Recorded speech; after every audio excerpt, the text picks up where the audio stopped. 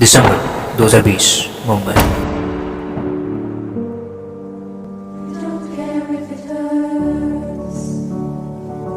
$1 trillion company Facebook ने आपको India में रेवेन्यू जनरेट करने के लिए चुना है।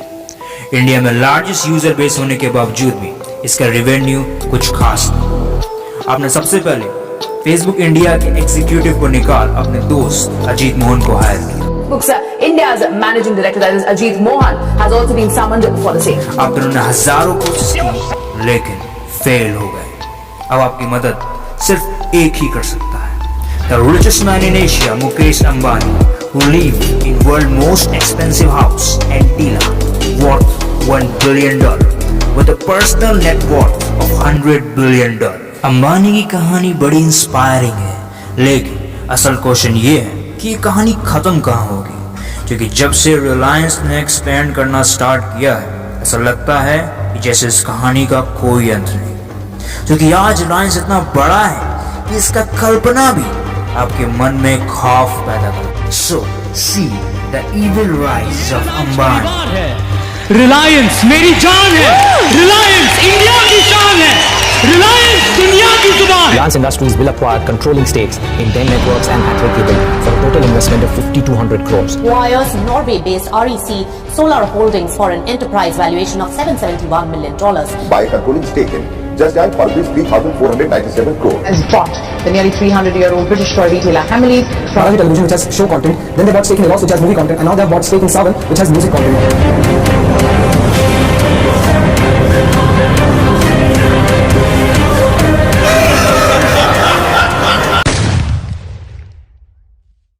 इस $1 बिलियन अंपायर की कहानी की शुरुआत होती है यमन से, जहां मुकेश अंबानी के पिता धीरजलाल हीराचंद अंबानी एक छोटे से गैस स्टेशन बिजील कॉर्पोरेशन में काम करते थे। यहां इनके दोस्त ने एक बिजनेस स्टार्ट किया और अपने स्टोर का नाम रखा रिलायंस स्टोर। इनके स्टोर ने इनके दोस्त को इतना प्रॉफिट जनरेट करके दिया कि कुछ ही समय में इनके दोस्त ने एक लग्जरी कार खरीदी। इसे देख चौंक धीरूभाई अंबानी ने भी ठान लिया कि वो भी बिजनेस करेंगे और अपनी कंपनी का नाम रिलायंस रखेंगे। ठीक आपके बगल में खड़े रह के धंधा करूंगा, क्योंकि इनका मानना था रिलायंस इक्वल्स टू प्रॉफिट। और लिटरली आज रिलायंस का मार्केट कैपिटल $250 बिलियन है, that is 10% of India's GDP, generating profits of $17 billion every year.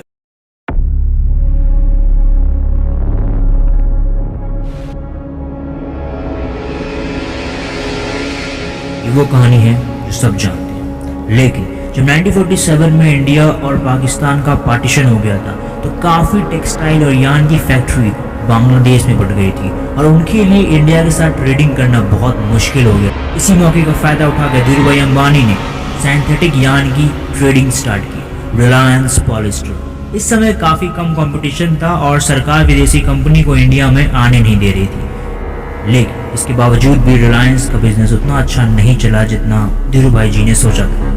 एक बुक है द पॉलिस्टर प्रिंस, जिसे मैकडोनाल्ड सर ने लिखा है, जो कि धीरूभाई अंबानी के काफ़ी अच्छे दोस्त हुआ करते थे। इस बुक में उन्होंने रिलायंस के कई सारे स्ट्रेटजीज और टैक्टिक्स को बताया है जो शायद किसी कंपनी को फॉलो नहीं करने चाहिए। उन्होंने बताया है कि किस तरह गवर्नमेंट जानबूझ के या दबाव में आके रिलायंस के फेवर में काम करती थी। I mean, what is it about the two brothers or their late father that grips your attention? Because you do talk about gripping your attention in your book. Yeah, well, I think with the father, it was the close connection he forged with the Congress Party. उन्हें इस बात पे यकीन हो गया कि अगर भारत में बिजनेस करना है तो इंडिया की पॉलिटिक्स में घुसना होगा। फिर क्या था, रिलायंस ने पॉलिटिकल पार्टीज की फंडिंग स्टार्ट की, जिससे पॉलिटिशियंस को इलेक्शन जीतने में मदद मिलती थी और वो रिलायंस की फेवर में पॉलिसी बनाते थे। ये बुक इंडिया में बैन है, इसलिए नहीं क्योंकि ये इंडिया के खिलाफ कुछ कहता है, इसलिए बैन है क्योंकि रिलायंस के खिलाफ कुछ कहता है। The action that led to the book being blocked in India was legal injunctions by Reliance. जब रिलायंस अपने आप को संभाल पाया तो उन्होंने गवर्नमेंट को, जो कि उस समय कांग्रेस की थी, फोर्स करने लगा लिबरलाइजेशंस, प्राइवेटाइजेशंस और ग्लोबलाइजेशंस की पॉलिसी के लिए, और गवर्नमेंट को फिर 1991 में एलपीजी पॉलिसी लॉन्च करना पड़ा। इन नीतियों का जो सबसे बुरा असर हुआ है वो ये कि जो अमीर थे वो और अमीर हो गए, जो गरीब थे और गरीब हो गए। कि इस मुकेश अंबानी नाम के व्यक्ति ने अपनी बीवी के जन्मदिन पर एक हवाई जहाज गिफ्ट कर दिया बीवी को। 268 करोड़ रुपए का हवाई जहाज एक व्यक्ति अपनी बीवी को गिफ्ट में देता है और 84 करोड़ लोग एक दिन में 20 रुपए पर जिंदा रहते हैं। मुकेश अंबानी ने अपनी बीवी को गिफ्ट नहीं दिया, 84 करोड़ लोगों के गाल पर कसकर तमाचा मारा है कि तुम इतनी गरीबी और जहालत में हो और मैं देखो कहां पहुंच गया। जिस देश में बिजनेस पावर, पॉलिटिकल पावर एक साथ आ जाते हैं, फिर उन्हें हराना नामुमकिन है। The fact is Ambani is bigger than the government. देश को मनमोहन सिंह नहीं चला रहे, मुकेश अंबानी चला रहे हैं। मुकेश अंबानी ने जो कहा ना कि कांग्रेस तो हमारी दुकान है, बिल्कुल सही कहा उन्होंने। फिर हमारे इस मूवी के मेन कैरेक्टर मुकेश अंबानी की एंट्री होती है, जिनका जन्म 1932 में गुजरात में हुआ। येमेन को माइग्रेट कर ट्रेडिंग कंपनी में काम किए। 1950 में भारत लौटकर अपने पापा के साथ साइंथेटिक यान की ट्रेडिंग की कंपनी संभाली और रिलायंस को एक इंडस्ट्रियल पावर हाउस में बदल दिया। इनका सरनेम अंबानी इंडिया के बिजनेस एलाइट टाटा और बिरला के नाम से जुड़ने लगी। लेकिन 2002 में धीरूभाई अंबानी की डेथ हो गई और मुकेश को स्टैनफोर्ड बिजनेस स्कूल की पढ़ाई छोड़कर पॉलिस्टर प्लांट चलाने आना पड़ा। इनके पिता की मृत्यु से ये और इनके छोटे भाई अनिल अंबानी के बीच में इतना टसल पैदा हो गया कि धीरूभाई अंबानी के $1 बिलियन एम्पायर मिट्टी में मिल जाता अगर इनकी मां कोकिलाबेन बीच में नहीं आती, जिन्होंने इस $1 बिलियन साम्राज्य को 2 कट्टर दुश्मन भाइयों में बांट दिया। लॉ के अकॉर्डिंग अनिल को रिलायंस के finance, power, telecom, film business मिला, क्योंकि जाहिर सी बात है कोकिलाबेन अनिल अंबानी से काफी प्यार करती थी, और मुकेश भैया को बस ऑयल और पेट्रोकेमिकल। लेकिन उस समय इंडिया में ऑयल और पेट्रोकेमिकल की डिमांड हाई थी और टेलीकॉम इंडस्ट्री उतना बूम नहीं किया था। तो हुआ ये कि अनिल अंबानी, जो कि 2009 में वर्ल्ड के 6 और एशिया के सबसे बड़े रईसजादे थे, 2010 में अपने लगभग सारे पैसे खो चुके थे and his wealth shrink from $42 billion to zero in just 12 years. And at the same time, Mukesh Ambani अपनी इंडस्ट्री को जिंदा रख पाए, या फिर कह लीजिए मुकेश अंबानी ने अपनी कंपनीज को जिंदा रखवाया। गैस वॉर बुक बताती है कि किस तरह कुछ लोग इंडिया में नेचुरल गैस के प्राइस को मैनिपुलेट करते थे।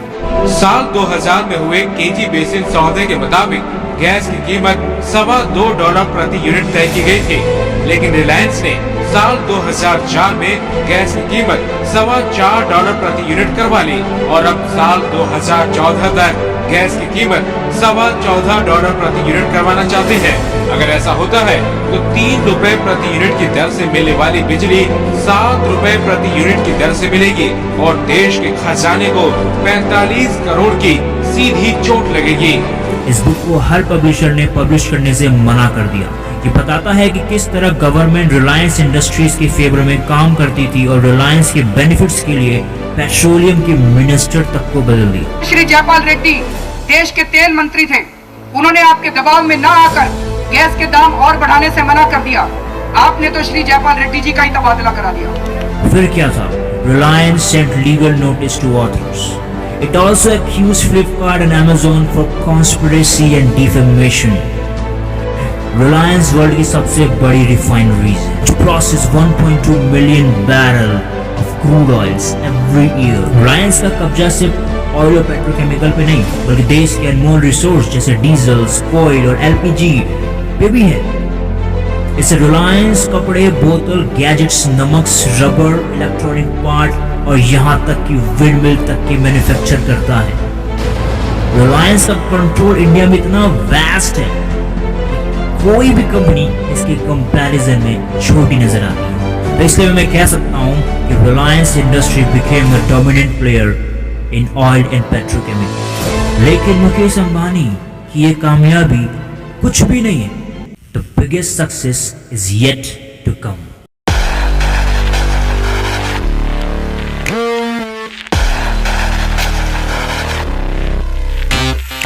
So Anjali, data is indeed the new oil. अपने पिता के साथ मिलकर अंबानी ने रिलायंस टेलीकॉम बनाया, जो कि स्प्लिट लॉ के अकॉर्डिंग अनिल अंबानी के पास चला गया। लेकिन फिर भी वो बोर्ड के मेन मेंबर थे और नॉन कॉम्पिटिटिंग एग्रीमेंट के अकॉर्डिंग वो खुद की कोई एक अलग टेलीकॉम इंडस्ट्री नहीं बना सकते अगले 5 साल तक। तो जब अनिल अंबानी की company Reliance telecom south Africa के MTN के साथ मर्ज होने जा रही थी, then that would created the biggest mobile company of the world. लेकिन अंबानी ने इसे मना कर दिया। He refused and so no confident. और ठीक 5 साल बाद 2010 में इन्होंने वो किया जो शायद बड़े भाई को नहीं करना चाहिए था। नॉन कॉम्पिटिंग एग्रीमेंट का पीरियड एंड होते ही he secured license for his new mobile operator, which crushed his brother's entire telecom business. It ultimately closed before bankruptcy in 2017. एक समय दुनिया के छठे सबसे अमीर व्यक्ति अनिल अंबानी आज मुश्किलों में घिरे हैं। जानकारों के अनुसार दिवालिया हो चुकी उनकी कंपनी रिलायंस कम्युनिकेशंस पर 33,000 करोड़ रुपए का सिक्योर्ड कर्ज है और लेंडर्स ने 49,000 करोड़ रुपए का दावा किया है।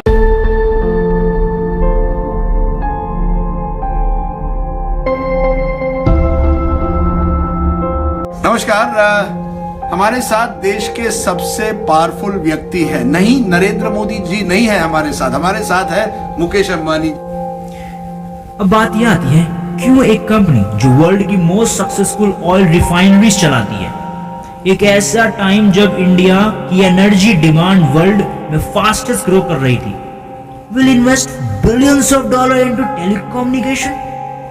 The message is clear because he knew what will happen on 8th November 2016. 8 नवंबर 2016 की रात्रि को 12 बजे से वर्तमान में जारी 500 रुपए और 1,000 रुपए के करेंसी नोट लीगल टेंडर नहीं रहेंगे, यानी ये मुद्राएं कानूनन अमान्य होगी। Today I want to congratulate and applaud our Honorable Prime Minister Shri Narendra Modi ji for his bold and historic decision to demonetize old currency. Bharat world का मार्केट है और अंबानी उसका दरिया। क्या सब बदल जाए पर दरिया वही रहे। इंडिया में ये एक ऐसा समय था when people were buying smartphones for the first time, running on much slower 2G and 3G networks. लेकिन जब 2016 में जियो लॉन्च हुआ, it offered 4G network at the rock bottom price and extended introductory offers. एक ऐसा जबरदस्त offer जिसने जबरदस्ती competitor की प्राइस को कम करवा दिया in order for them to survive. इसका परिणाम ये हुआ कि Jio accumulated millions of users within months, covering almost whole country. 2G, 3G took 25 years to build pan-India network, but Jio took just 3 years. Jio की success was a result of bully boy tactics. Law के according एक नई company अपनी introductory price को सिर्फ पहले 90 दिन के लिए रख सकती है, but Reliance followed no rules. उसके लिए कोई कानून नहीं है। Ambani extended his free unlimited data and voice services the next 90 days. Jio की सक्सेस का सबसे बड़ा फैक्टर है help from the government and court. 2017 में Security Exchange Board of India SEBI Reliance Industries को मार्केट मैनिपुलेशंस के लिए फाइन लगाया। It also accused Reliance for having inappropriate control over Supreme Court of a gas exploration deal. Court ने सारे mobile operator को billions of dollar पे करने का ऑर्डर दिया for historical fees, but Jio was a new one, so it paid just $2 million. जहां भी Ambani enter करता है, he wants to be dominant. India में कोई भी फॉरेन इन्वेस्टमेंट होता है, he is India's chief diplomat. Ambani के सक्सेस का एक मूल मंत्र है नेशनलिज्म। अंबानी बड़ी शातिर तरीके से अपने प्रोडक्ट को नेशनलिज्म से जोड़ देता। The message is simple. If you love India, love Reliance, love Ambani. Reliance now run 1/3 of all retail stores in India, जो कि इनके कॉम्पिटिटर से काफी ज्यादा है।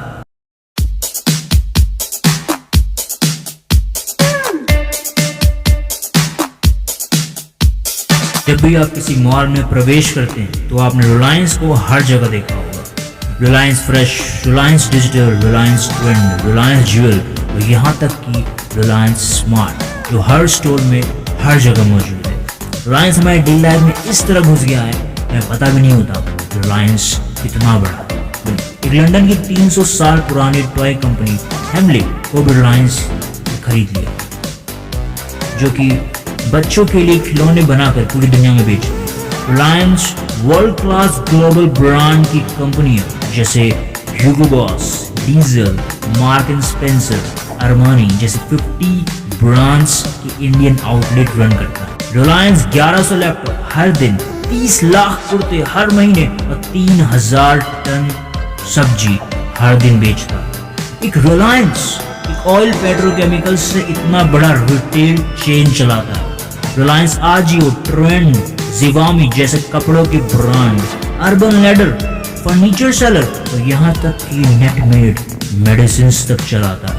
रिलायंस का लॉजिस्टिक्स सर्विस बहुत बड़ा है। लॉजिस्टिक स्टार्टअप ग्रैब से रिलायंस ने $14.9 मिलियन में खरीदा और लार्जेस्ट रिटेल चेन के साथ दुनिया की कोई कंपनी रिलायंस से कम्पीट नहीं कर सकती।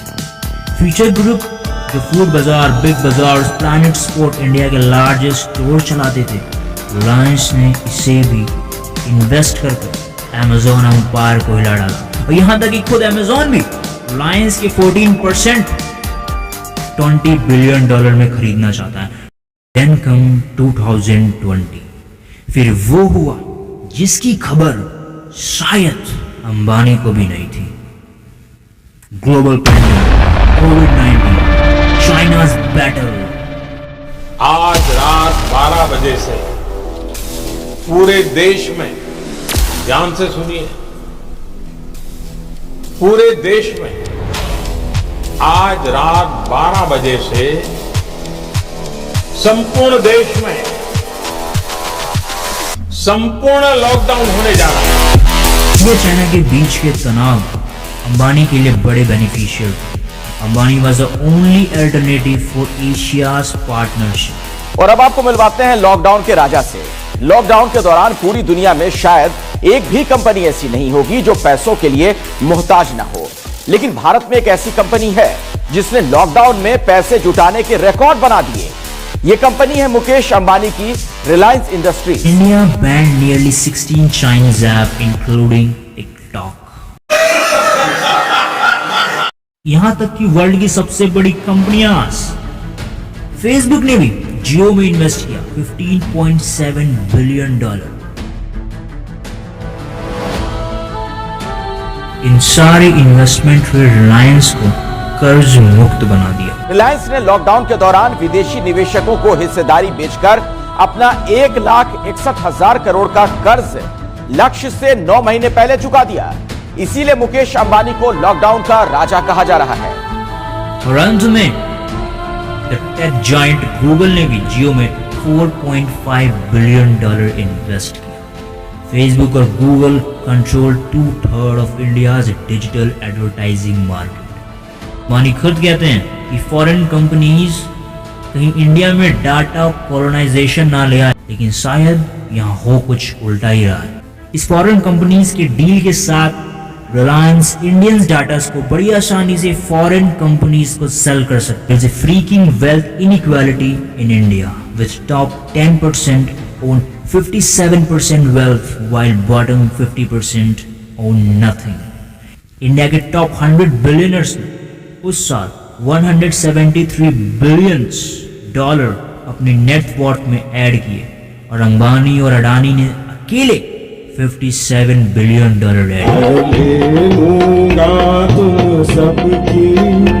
मेरा नाम मुकेश अंबानी। आज आप सारी इंफॉर्मेशन मीडिया से लेते हैं, क्या हो कि अगर एक कंपनी पूरी मीडिया ही खरीद ले? सो माय फ्रेंड, रिलायंस ने ऐसा ही किया है। Before that, a disclaimer. Thank you for calling me on your program. I'm aware that your channel has an association with Mr. Mukesh Ambani and Reliance Industries. That's right. I also want to say the disclaimer is Reliance is not a direct investor in Network 18. Otherwise, I would have put the disclaimer right at the start. No, I'm merely making. Yes, point taken. I have no issues with that. Reliance owned Network 18 and Network 18 Bharat का सबसे बड़ा TV news portfolio, 9% share of viewership, CNBC, Awaaz, CNN News, News India, family channel, Colors, Rishtey, music channel, MTV, VH1, History TV, Comedy Central और Cartoon जैसे Nickelodeon, Nick Junior और Sonic. इसलिए बहुत मुश्किल होता है उन बातों का पता लगाना जो रिलायंस नहीं बताना चाहता। इस डॉक्यूमेंट्री के रिसर्च के लिए मुझे कई सारे इलीगल एक्सेस करने पड़े। रिलायंस बड़ी आसानी से पूरी की पूरी इंडिया को मैनिपुलेट कर सकता है, क्योंकि हर 2 में से 1 इंडियन रिलायंस की मीडिया को कंज्यूम करता है। जब से हम लोगों ने मुकेश अंबानी का खुलासा किया है, उसने सारे टीवी चैनलों के ऊपर दबाव डालना चालू कर दिया। मुकेश अंबानी ने सारे टीवी चैनलों को नोटिस भेज दिया। उसमें नोटिस में मुकेश अंबानी ने लिखा है कि आपके चैनल ने अरविंद केजरीवाल और प्रशांत भूषण का 2 प्रेस कॉन्फ्रेंस जो 31 अक्टूबर और 9 नवंबर को हुई थी वो लाइव क्यों दिखाई? इससे मेरी मानहानि हुई है और आप मुझसे बिना शर्त के माफी मांगो, और आगे से अगर आपने इन लोगों की प्रेस कॉन्फ्रेंस लाइव दिखाई तो मैं तुम्हारे खिलाफ क्रिमिनल केस कर दूंगा कोर्ट के अंदर। स्टॉक मार्केट के ज्ञान का तालाब, money control, book my show, first show, Voot companies की majority holder my friend Reliance ही है। Mukesh Ambani is currently the 10th richest man in Forbes list. और ये मैं कैसे बोल सकता हूँ कि फॉर्ब इंडिया को मैनेज भी रिलायंस ही कर। अंबानी अपने पॉलिटिकल पार्टीज के साथ बॉन्ड बनाने में बड़े माहिर है, but the greatest rise of Ambani occurred during Modi era. और या फिर हम ये भी कह सकते हैं कि मोदी की ग्रोथ अंबानी के अंडर हुई। दोनों एक ही बात है, दोनों गुजरात से, दोनों इंडिया चलाते हैं। कॉन्ग्रेचुलेशंस, आपने 22 मिनट की वीडियो को कंटिन्यूअस देखा है। आपका अटेंशन स्पैन आज के ह्यूमन के एवरेज अटेंशन स्पैन से काफ़ी ज़्यादा है। Okay, let's continue. रिलायंस ने लार्जेस्ट रेस्टोरेंट चेन सबवे को भी एक्वायर कर लिया है, यानी कि अब कोई भी रेस्टोरेंट में जाओ खाना खाने के लिए, आई कैन से 50% चांस कि आप रिलायंस की एक्वायर्ड रेस्टोरेंट में ही खाना खाने जा रहे हैं। खाने के लिए देसी किचन, ड्रिंक पीने के लिए टीन के पार्टी के लिए रिया, फैब्रिक क्लीनर के लिए स्क्रच, कॉफी के लिए कैफे और इन सब बर्तनों को धोने के लिए स्क्रब, पैर के जूते से लेकर फ्रेग्रेंस ब्रांड जाइव, रिलायंस की ही सब सब्सिडरीज। रिलायंस के इनसेन इकोसिस्टम के सामने किसी कंपनी का टिकना नामुमकिन है। इंडिया एक ऐसा देश है जहां खेल के खिलाड़ी को भगवान की तरह पूजा जाता है, और ये बात रिलायंस अच्छी तरह जानता है कि अगर इंडिया के माइंडसेट में बैठना है तो खेल में उतरना पड़ेगा। Reliance launch entire football league, Indian super league, जहां पे इंडिया के सारे फुटबॉल लीग्स होते हैं। We own and operate tennis event in Southeast Asia since 1996.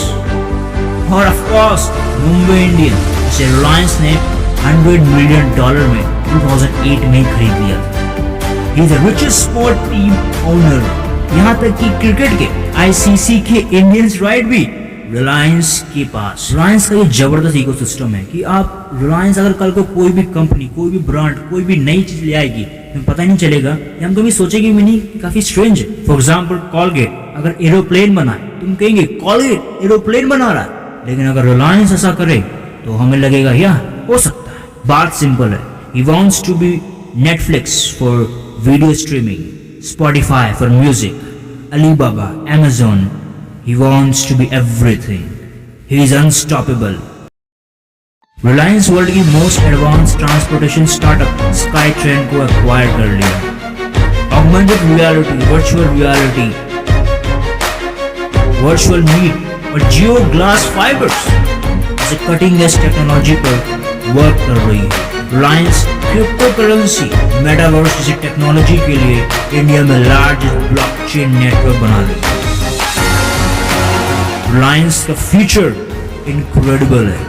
Pen के बॉडी शर्ट से लेकर फर्नीचर, कार के पेट्रोल तक रिलायंस मैन्युफैक्चर कर रहा है। फेसबुक और व्हाट्सएप के रिसेंट डील के कारण अंबानी के पास 400 मिलियन इंडियन यूजर्स के डाटा है, which is upper hand for any company in the world.